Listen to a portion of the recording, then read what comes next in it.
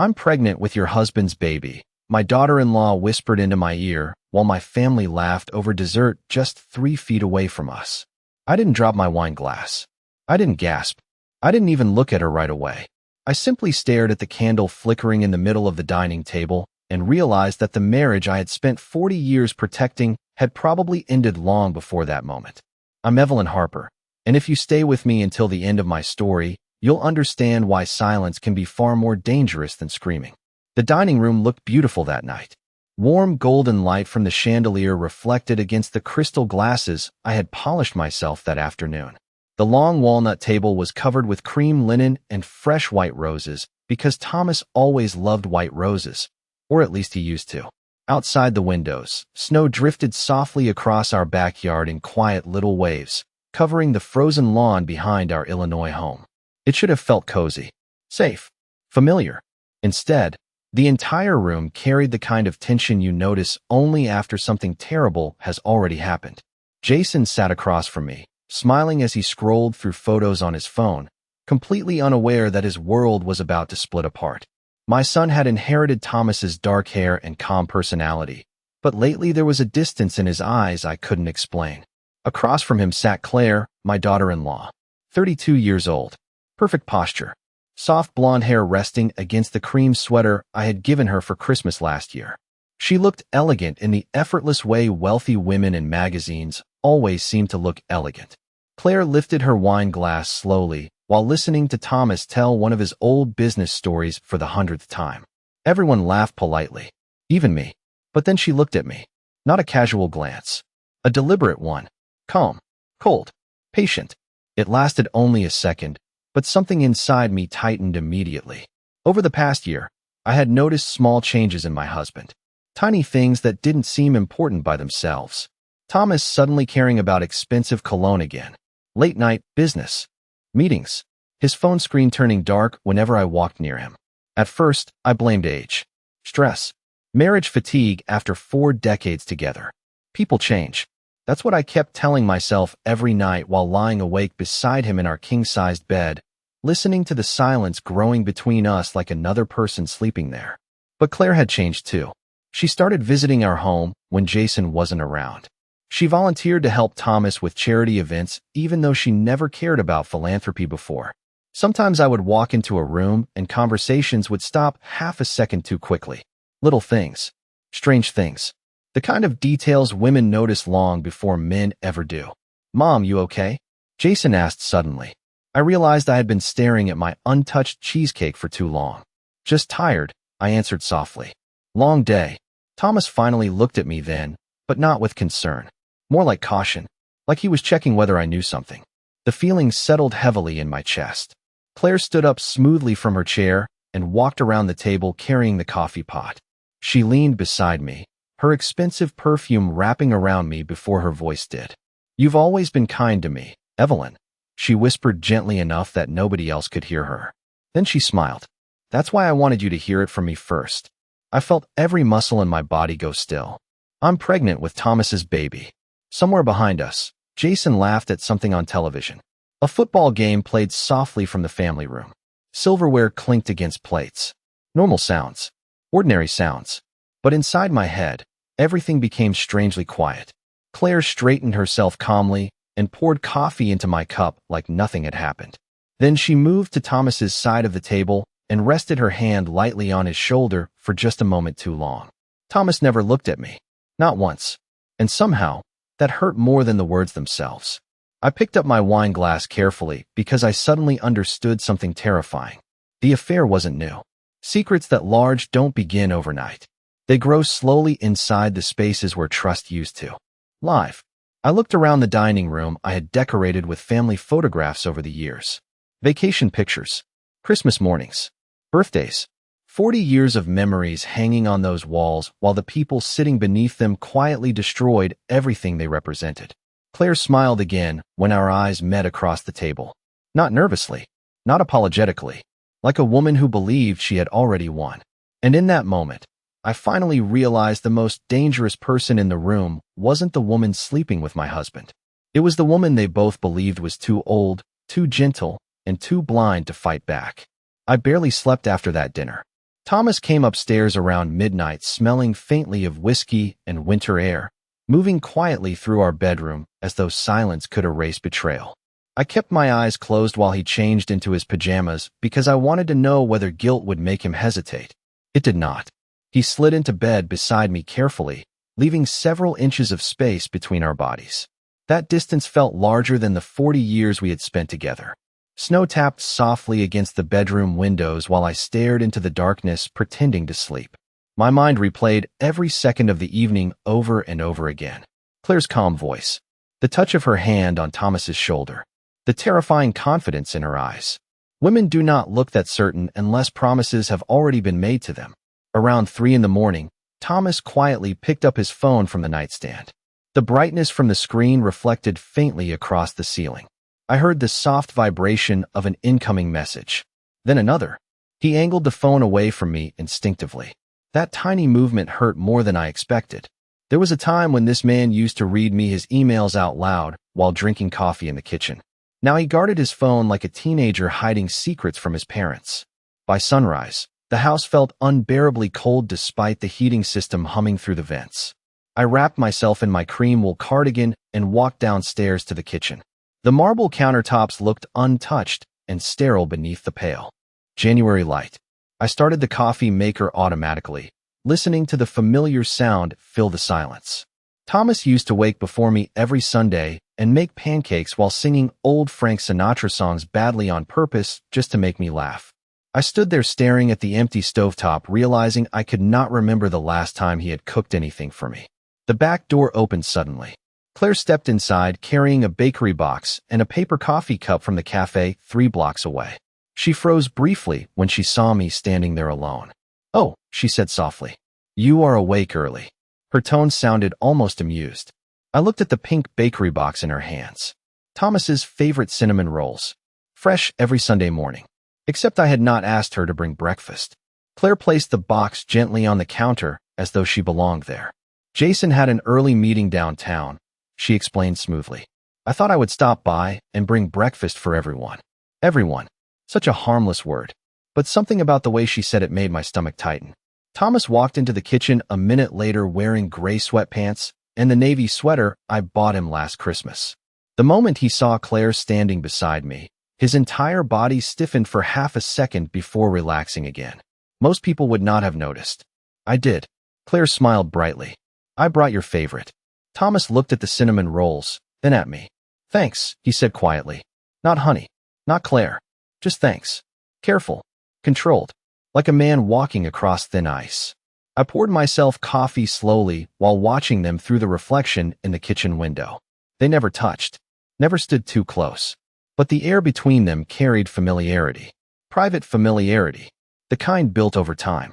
"I have a doctor appointment Tuesday afternoon," Claire said casually while opening the refrigerator. "Thomas said he could drive me." My hand tightened around the coffee mug. "Not Jason. Thomas." My husband nodded without looking directly at me. "It is near my office anyway." I waited for one of them to realize how inappropriate that sounded. Neither did. Claire leaned lightly against the counter, one hand resting over her stomach for only a second before dropping away again. The gesture was subtle, but now that I knew, every movement between them looked different. Every silence had meaning. I suddenly remembered Thanksgiving 2 months earlier when Claire became emotional after 1 glass of wine and disappeared upstairs for nearly 20 minutes. Thomas had gone missing shortly after her. At the time, I told myself they were probably helping Jason set up the guest room. Women like me survive marriages by learning how to explain away uncomfortable truths before they fully form. "Evelyn," Thomas finally said carefully, "are you feeling all right?" I looked at the man I had loved since I was 21 years old. His silver hair, his familiar voice, the small scar near his chin from when Jason accidentally hit him with a baseball decades ago. I still loved him. That was the cruelest part. Betrayal does not erase love immediately. Sometimes it sits beside love quietly for a while, poisoning everything slowly. I forced a small smile and lifted my coffee cup. "I am fine," I answered softly. And for the first time in my marriage, Thomas looked relieved to hear me lie. The strangest part about betrayal is how ordinary life continues around it. 3 days passed after that dinner, and nobody raised their voice. Nobody confessed. Nobody cried. Instead, The Harper house remained painfully normal. The dishwasher still hummed after meals. The television still played every evening in the family room. Thomas still left for work at 7:30 each morning wearing polished leather shoes and expensive wool coats. But once you see the truth, you begin noticing details that were invisible before. Claire started appearing in my home almost daily. Sometimes she arrived with groceries Jason never asked for. Other times she stopped by carrying files from Thomas's office, claiming she was helping organize a charity fundraiser. Each excuse sounded polished, rehearsed. I watched her carefully now. Claire had always been beautiful, but what unsettled me most was how effortlessly she adapted herself to people. Around Jason, she acted playful and affectionate. Around neighbors, she became charming and polished. Around Thomas, she softened her voice almost unconsciously, as though speaking to someone who already belonged to her privately. And around me, she acted kind. That was the cruel genius of it all. Claire never behaved like a villain. Villains are easy to expose. Claire behaved like family. Thursday afternoon, she arrived while Jason was still downtown at work. Snow covered the sidewalks outside, and freezing wind rattled the bare tree branches near the front porch. I was arranging white hydrangeas in the dining room when I heard her heels crossing the marble floor near the foyer. "Evelyn," she called sweetly. "I brought soup from that little cafe you like." I walked into the kitchen slowly and found her unpacking containers beside Thomas, who was already home much earlier than usual. The sight stopped me for a moment. They looked comfortable together. Not passionate. Not reckless. Worse than that. Familiar. Thomas stood beside her drying wine glasses while Claire moved naturally through my kitchen like a woman rehearsing for a future she expected to own. "You should sit down," Claire said gently when she noticed me watching. "You look tired lately." Tired. The word lingered strangely in the air. Women like Claire always know how to insult someone politely. I smiled faintly. At my age, everyone assumes exhaustion is permanent. Thomas glanced toward me quickly before looking away again. Claire laughed softly and touched his arm for balance while removing her coat. Tiny gestures, barely noticeable. But once betrayal enters a room, every movement becomes evidence. During lunch, Claire talked endlessly about remodeling trends, lake homes, and schools in northern suburbs. At first, the conversation seemed random. Then I realized something horrifying. She was talking about the future as though she already knew where she would be living. "Children need stability," she said while stirring her soup carefully, "especially during their first years." Thomas remained silent beside her. Not uncomfortable, not surprised, just quiet. My chest tightened slowly. They had discussed the baby together many times already. Maybe names, maybe bedrooms, maybe entire plans for a life that erased me completely. "Jason always wanted children," I said carefully. Claire's spoon paused for half a second. "Yes," she answered softly. "He did." That single sentence told me more than she intended. Not we. Jason. I watched Thomas closely then. He never corrected her.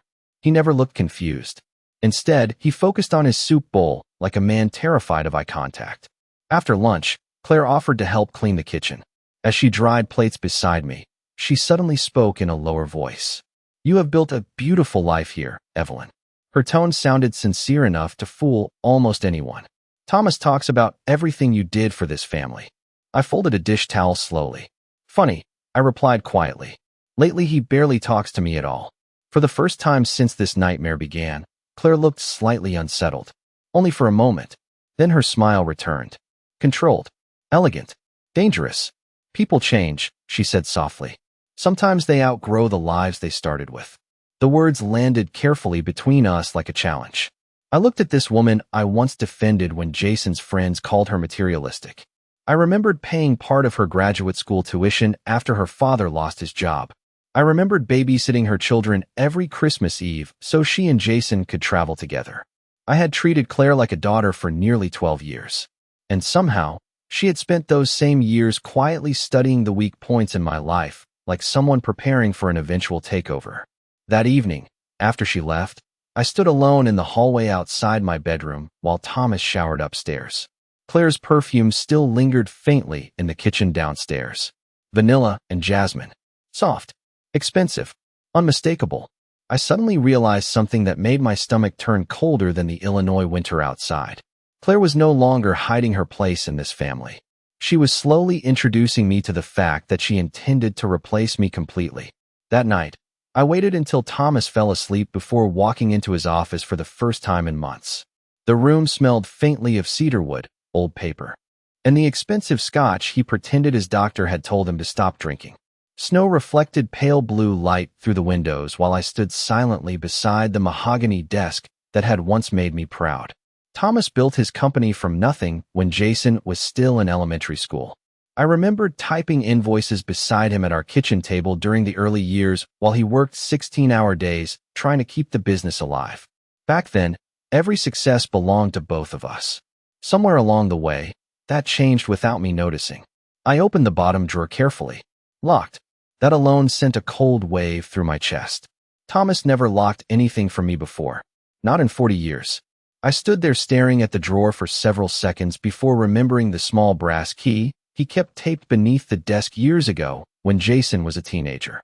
My fingers found it immediately. Some habits never disappear. The lock clicked open softly in the silence. Inside were perfectly organized folders, financial reports, contracts, and several sealed envelopes. At first glance, everything looked ordinary. But betrayal hides itself inside ordinary things. I opened the first envelope slowly.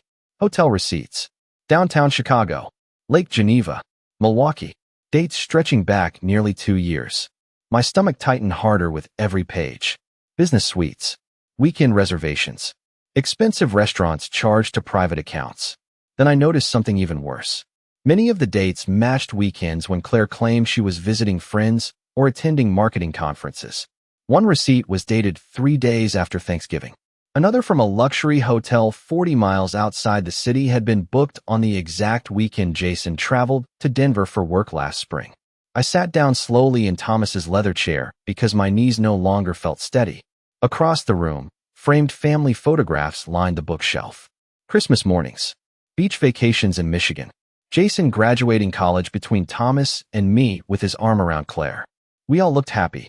I wondered how many of those smiles were already lies. Beneath the receipts sat a velvet jewelry box I had never seen before. Inside rested a delicate gold necklace with a tiny emerald pendant.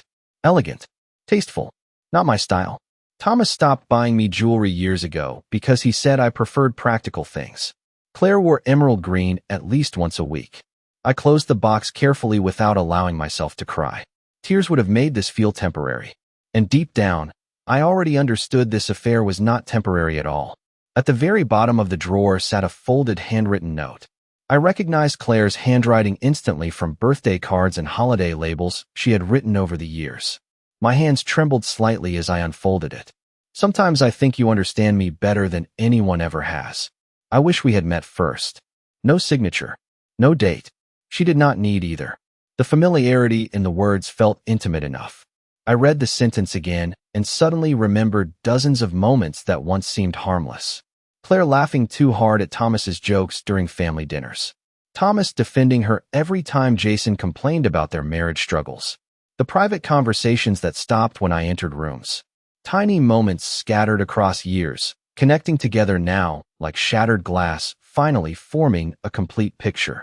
I leaned back slowly in the chair and stared at the ceiling. Strangely, my mind did not go to Claire first. It went to myself. To every instinct I ignored because I believed loyalty was stronger than suspicion. Women of my generation were raised to preserve marriages quietly. We learned to excuse distance, to explain away loneliness, to protect family images at almost any cost. Somewhere over the years, I had mistaken endurance for love. My eyes drifted toward the filing cabinet near the window. Something inside me had changed now. Not broken. Changed. I no longer wanted explanations. I wanted truth. Real truth. Every hidden account. Every lie. Every secret arrangement happening inside my own home while I smiled politely over family dinners. I opened the cabinet drawer slowly and found another folder labeled Private Assets. The moment I saw it, a strange calm settled over me for the first time in days. Because whatever Thomas and Claire believed about me, they had made one dangerous mistake. They assumed I would collapse emotionally before I started paying attention. The folder labeled Private Assets contained documents I had never seen before in my entire marriage. For several minutes, I simply stared at the neat rows of papers inside the filing cabinet while the grandfather clock downstairs ticked through the silence of the house. Thomas always handled finances. Not because he thought I was incapable, at least that was what I believed for years, but because he claimed numbers stressed me out. I used to feel grateful for that arrangement. Sitting there in his office after midnight, I realized something painful. Dependence always looks safe until the person you trust changes. I carried the folder carefully into the bedroom adjoining the office and locked the door behind me. Thomas was still asleep upstairs. The sight of the documents spread across the guest bed made my chest tighten. Trust agreements, investment portfolios, property records. Several pages carried my name in bold legal print. Evelyn Harper Family Trust. I blinked slowly, convinced at first that I was misunderstanding something. The primary trust account had been established nearly 18 years earlier after Thomas sold part of his company to a larger corporation. I remembered that deal vividly because we celebrated with dinner at a steakhouse overlooking Lake Michigan. Thomas toasted to our future that night while holding my hand across the table. I never knew he had quietly placed most of our assets under a trust legally controlled by me. I sat down carefully and continued reading. The lake house in Wisconsin, the investment accounts, the company shares, even our Illinois home. Everything had layers of legal protection connected directly to my name. My hands trembled slightly while turning pages. Then I found the clause that changed everything. In the event of marital misconduct impacting family financial stability, discretionary authority remains solely with Evelyn Harper. I read the sentence 3 times. Marital misconduct. Thomas had prepared for his own betrayal years before it happened. Or perhaps he had. Simply never expected me to notice. Either possibility made my stomach turn. A soft knock at the guest room door startled me. I gathered the papers quickly before realizing it was only Thomas. Evelyn, he called quietly through the door. Are you all right? I looked at the stack of documents beside me. My heartbeat had finally slowed for the first time since Claire whispered that secret at dinner. I could not sleep, I answered calmly. I did not want to disturb you. Silence lingered for a second too long outside the door. Well, Thomas said carefully, do not stay up too late. His footsteps faded down the hallway. I waited until I heard the bedroom door close again before breathing normally. The strangest feeling settled over me then. Not relief exactly. Clarity. Claire believed she was replacing me. Thomas believed I was too trusting to question anything. Both of them had underestimated the quiet woman sitting in this room, holding the legal structure of their entire future in her hands. The next morning, I drove downtown alone for the first time in months. Chicago traffic crawled beneath gray winter skies while icy wind rattled against my windshield at every stoplight. I parked outside a law office near the river and sat in the car for several minutes watching people hurry through the snow, carrying coffee cups and briefcases. The world looked painfully normal, while my life quietly collapsed behind polished dining tables and expensive smiles. Richard Lawson opened the office door himself when I arrived. He had been Thomas's attorney and friend for over 25 years. His silver hair was thinner now, but his sharp blue eyes immediately studied my expression with concern. Evelyn, he said softly, I was not expecting to see you. Neither was I. His office smelled like leather books and dark roast coffee. Familiar. Safe. I placed the folder carefully on his desk without speaking. Richard adjusted his glasses while scanning the first few pages.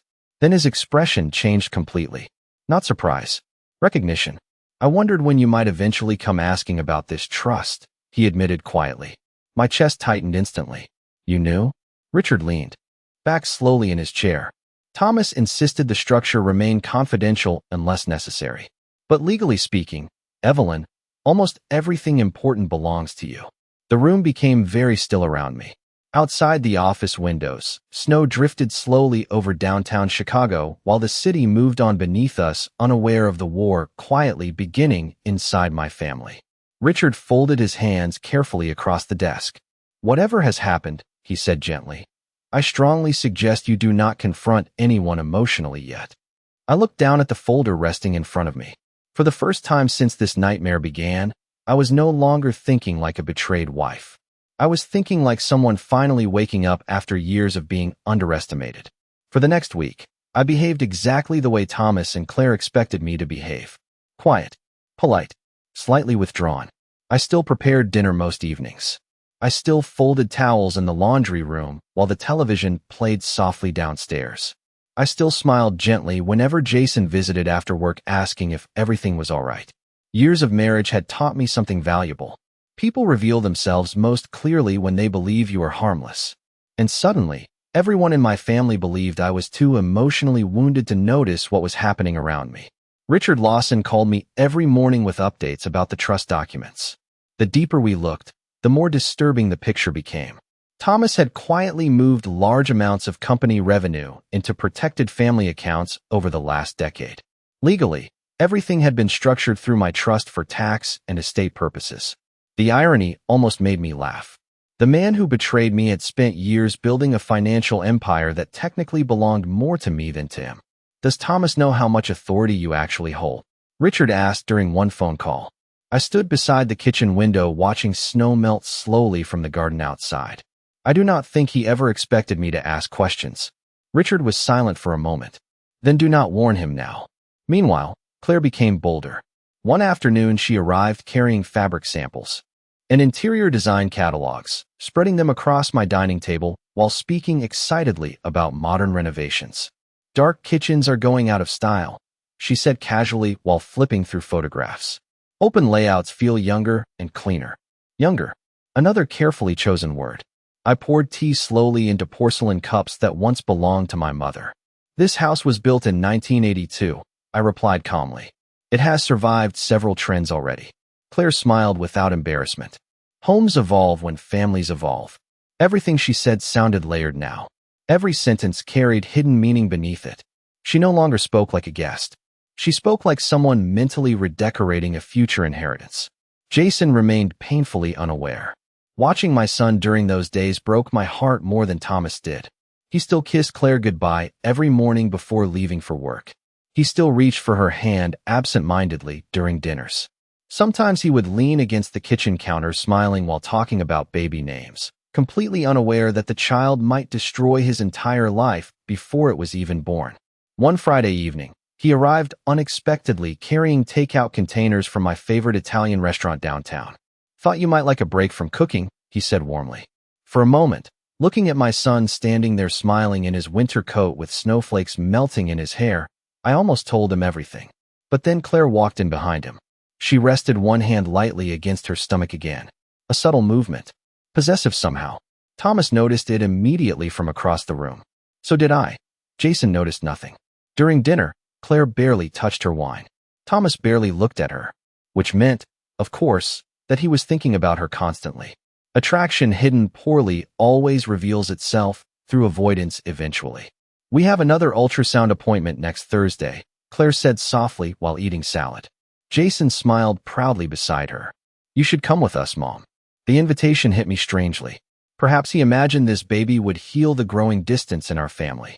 Perhaps he still believed families naturally survived anything if people loved each other enough. I looked at my son carefully then. Jason had Thomas's kindness, but none of his instincts. He trusted too easily, especially the people closest to him. That sounds lovely, I answered gently. Claire glanced at me briefly. Just for a second, uncertainty crossed her face. Maybe she expected anger by now. Tears. Questions. But I had learned something important over the past week. Silence unsettles dishonest people far more than confrontation does. Later that night, after everyone left, I walked through the empty house, slowly turning off lights one room at a time. The kitchen, the hallway, the library, the family room where framed photographs still lined the shelves like evidence from another life. Upstairs, Thomas was already asleep, or pretending to be. I paused outside our bedroom door and listened to the quiet breathing inside. 40 years together. Vacations, anniversaries, funerals, birthdays. We build an entire life brick by brick until I no longer recognized the man waiting on the other side of that door. But grief was no longer the strongest thing I felt. Something colder had replaced it now. Clarity. I returned downstairs, opened my desk drawer, and removed the copies Richard had prepared for me that afternoon. Financial statements, ownership records, trust authority documents. Everything carefully organized inside a leather folder. I ran my fingers slowly across the cover while the house settled around me in silence. Claire believed her pregnancy gave her power. Thomas believed his secrets protected him. But neither of them understood the real danger sitting quietly inside this house. They were both preparing for an emotional battle while I was quietly preparing for a legal one. The morning after I made a decision that would quietly change everything, the house felt different in a way I could not fully explain at first. Not louder, not quieter, just more fragile, as if every sound now had consequences. Thomas left early for what he called a meeting in downtown Chicago, adjusting his coat in the hallway without meeting my eyes. Jason texted me around 8:15 asking if I wanted help with groceries later in the afternoon. Claire did not appear at all that morning, which was unusual enough to feel like silence was part of her strategy. I sat at the kitchen table long after everyone had left, watching sunlight spread slowly across the marble surface while I reviewed the documents again. The trust records, the ownership files, the legal authority sitting quietly in my name like a weapon nobody else had noticed was loaded. Richard had called me twice already that morning. His voice carried a controlled urgency he rarely used. "Evelyn, I want you to understand something clearly," he said during the second call. "What you are sitting on is not just protection. It is control." I remember staring at the steam rising from my untouched coffee. Control was a word I had never associated with myself. Not in marriage, not in family, not even in business decisions Thomas had always handled. Yet here it was, legally documented, signed, and waiting. Claire arrived at exactly 11:30 in the morning, as if she had memorized the rhythm of our household. She was wearing a light gray coat, her hair pulled back in a loose style that made her look both elegant and casual at the same time. She placed a paper bag on the counter and smiled warmly. "I brought lunch," she said. "Jason mentioned you have not been eating properly." The concern in her voice was almost convincing. Almost. I watched her carefully as she moved through my kitchen. She opened cabinets without asking, arranged plates as if she had done it many times before, and even adjusted the thermostat slightly without hesitation. Ownership does not always announce itself loudly. Sometimes it behaves like routine. "You are very comfortable here," I said quietly. Claire paused for a fraction of a second, then laughed softly. "I spend a lot of time here. It feels like home." The word lingered longer than it should have. Home. I had lived in this house for over 30 years. I had raised Jason here. I had buried memories in every corner of these rooms. Yet Claire said it so naturally that I wondered when she had started rehearsing it. We ate in silence for a few minutes before she finally spoke again. "Jason is very excited," she said, placing her fork down carefully. "He keeps talking about decorating the nursery." I nodded slowly. "Babies change everything," I replied. "They reveal things too." Claire smiled, but this time it was tighter. Controlled. "What do you mean by that?" she asked gently. I looked at her across the table. "I mean, people often think new life brings families closer," I said. "But sometimes it only exposes what was already broken." The air between us shifted slightly. Not dramatically, just enough.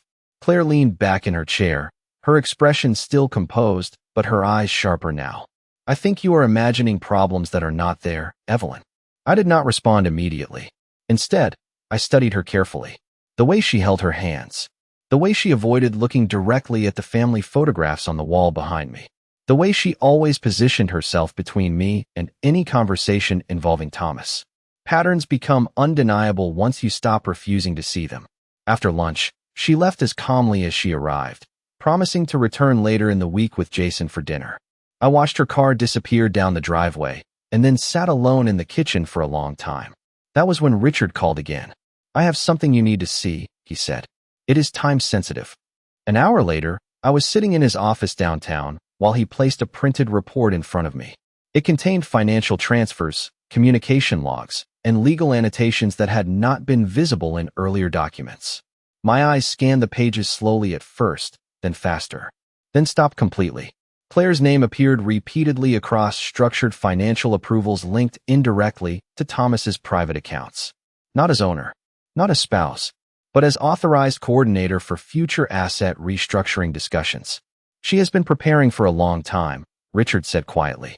I did not answer immediately. Something inside me had already shifted again.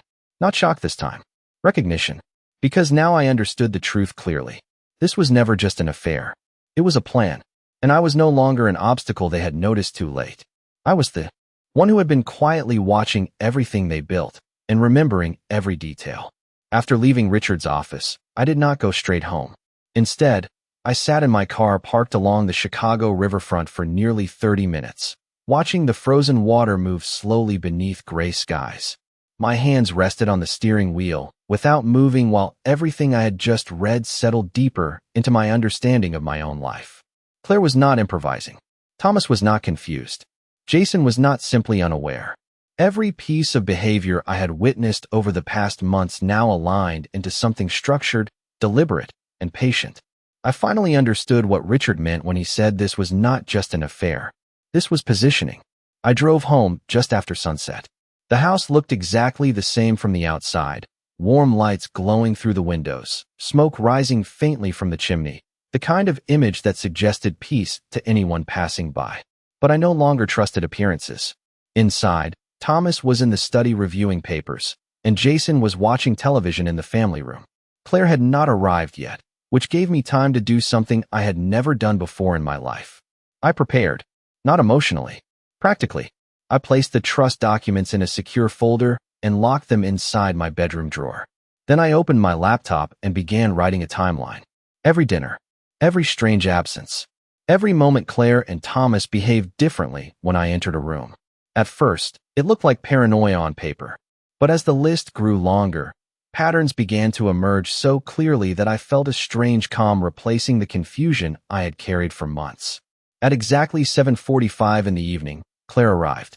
Jason greeted her at the door with the same warm enthusiasm he always used, completely unaware of the tension I now saw behind her smile.